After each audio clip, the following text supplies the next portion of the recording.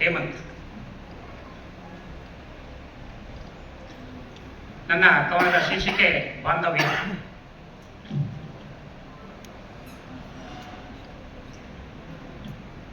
ಮುಗ್ಧ ಮನಸ್ಸಿನ ನಗು ಮುಖದ ಚೆಲುವನೀತ, ಆವ ಭಾವಗಳಿಂದ ಅಚ್ಚರಿಯಾದೆ ಈ ಜಗದ ಬಾಂಧವರಿಗೆ. ನೋಡುಗರ ನೋಟಕ್ಕೆ ಸಾಮಾನ್ಯ ಅಂತಿರುವ ನಿನ್ನ ಆಟ ಅರ್ಥೈಸಿ ತಿಳಿದಾಗ ಜಗವರಿಯುವುದು ನಿನ್ನ ವಿಶೇಷತೆ.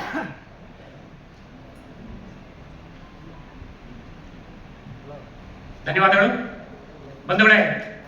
1901ರಲ್ಲಿ ಮೈಸೂರು ಮಹಾರಾಜ ಮನೆತನದ ಶಾಲೆಯಾದಂಥ ಪ್ರಸ್ತುತ ಕರ್ನಾಟಕ ಸರ್ಕಾರದ ವಿಕಲಚೇತನರ ಹಾಗೂ ಹಿರಿಯ ನಾಗರಿಕರ ಸಬಲೀಕರಣ ಇಲಾಖೆಯಲ್ಲಿ ನಡೀತಾ ಇರ್ತಕ್ಕಂಥ ಕಿವುಡ ಮಕ್ಕಳ ಸರ್ಕಾರಿ ಪಾಠಶಾಲೆಯ ವಿದ್ಯಾರ್ಥಿ ಹೇಮಂತ್ರವರು.